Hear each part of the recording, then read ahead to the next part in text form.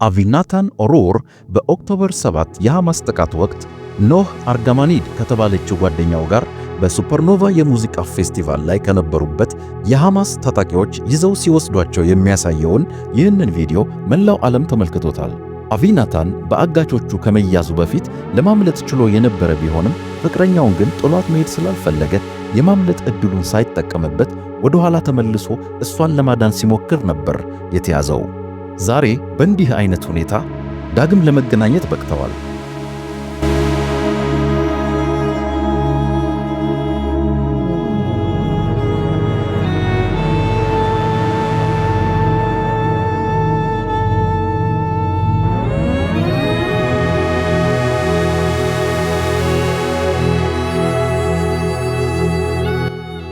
አቪዬተር ዴቪድ የተባለውን ይህንን ወንድምም በማህበራዊ ሚዲያዎች እናውቀዋለን።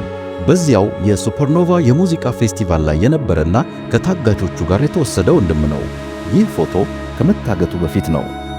በግንቦት ወር ላይ ሐማስ የለቀቀው ይህኛው የአቪዬተር ፎቶ ግን የብዙዎችን ልብ የሰበረ ነበር። ቆዳው ከአጥንቱ ተጣብቆ ከመሬት ስር በተሰራ መተላለፊያ ውስጥ ሆኖ ያዩት አባቱ ልጄ መሆኑን ለማመን ተቸግሬ ነበር ብለዋል። አቪዬተር ዛሬ ተለቋል፣ ከቤተሰቦቹም ጋር ተቀላቅሏል።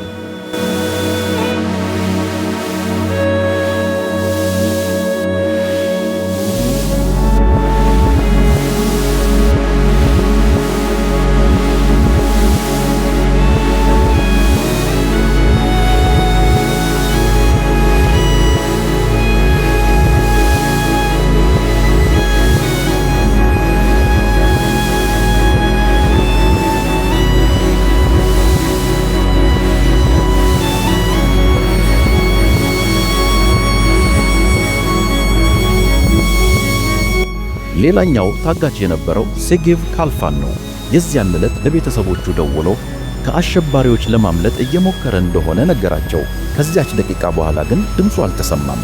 ከ2 ዓመታት በኋላ ግን ዳግም ከቤተሰቦቹ ጋር ሲገናኝ የነበራቸው ስሜት ይህን ይመስል ነበር።